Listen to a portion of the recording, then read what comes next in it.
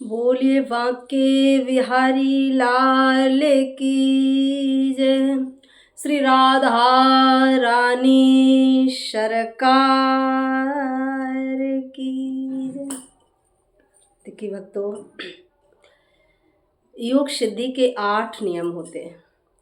पहला नियम यम, दूसरा नियम, तीसरा आसन, प्राणायाम, प्रत्याहार, ध्यान, धारणा और समाधि। ये 8 नियम हैं। यम, नियम, आसन, प्राणायाम, प्रत्याहार, ध्यान, धारणा और समाधि। यम क्या है? यम के नियम क्या होते हैं? जैसे कि अहिंसा, यानी अहिंसक बनना, हिंसा न करना। और दूसरा सदा सत्य बोलना, असत्य रहना, यानी सत्य बोलने को ही असत्य ही कहते हैं। और चोरी न करना, और ब्रह्मचर्य का सदा धारण करना, और दया दिखाना, वो भी जगह जगह पर, हर जगह नहीं।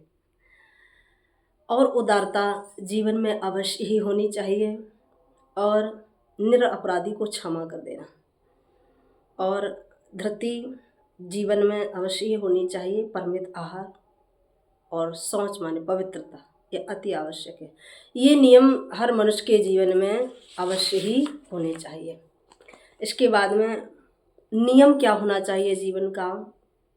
तप, थोड़ा बहुत भजन भगवान का अवश्य करना चाहिए। हालांकि तपस्या तो कलयुग में कोई नहीं कर सकता, लेकिन थोड़ा समय भगवान के लिए अवश्य ही निकालना चाहिए। संतोष, हर वक्त संतोष, मिल जाए तब भी अच्छा है और ना मिले तब भी अच्छा है, भगवान पर छोड़ देना चाहिए। और संतोषी वही होता है जैसे ईश्वर पर पूर्ण विश्वास, पूर्ण भरोसा, पूर्ण समर्पण होता है। और दान, थोड़ा बहुत जीवन में 10वां या 5वां अवश्य ही दान करना चाहिए। देव पूजन, नित्य देव पूजन हर मनुष्य को करना चाहिए।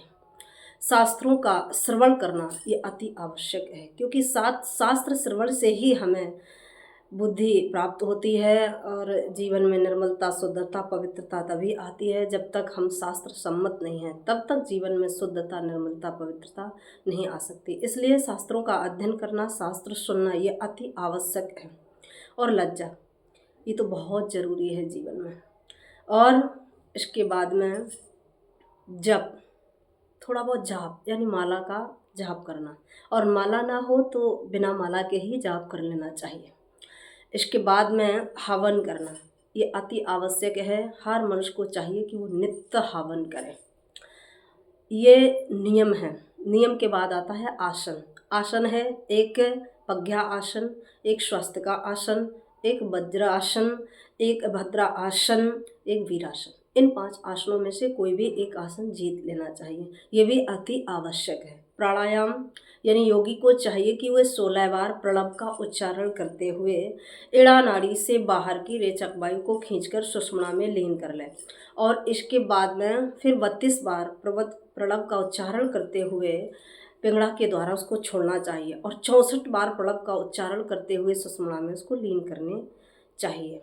ये प्राणायाम का नियम है। इसके बाद में प्रत्याहार, यानी अपने विषयों में, हर मनुष्य विषयों में लीन है, विषयों में स्वच्छंद रूप से विचरण कर रहा है। तो जीव को चाहिए कि जिन विषयों में, जिन इंद्रियों में हम स्वच्छंद रूप से विचरण कर रहे हैं, उन इंद्रियों को बलपूर्वक विषयों से हटाकर भगवान में ध्यान लगाएं। इसे बलपूर्वक खींचकर परमात्मा में ध्यान लगाएं, तो इसे प्रत्याहार कहते हैं।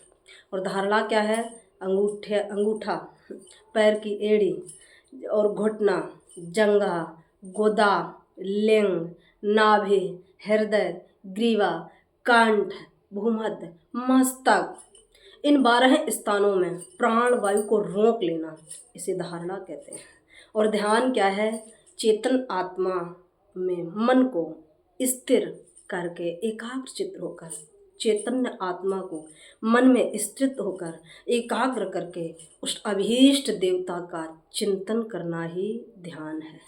अभीष्ट देवता का चिंतन करना ही ध्यान है। जिसकी आत्मा कातार करतार से कनेक्ट हो, मानो वो ध्यान में लीन हो चुका है। और समाधि, जीव आत्मा और परमात्मा में नित्य समस्त भावना रखने को समाधि कहा जाता है। यानी नित्य, सदा, निरंतर, लगातार जो व्यक्ति परमात्मा का चिंतन करता रहता है मानो वो समाधिष्ट ही है। बोले वृंदावन बिहारी लाल की जय, सच्चे दरबार की जय।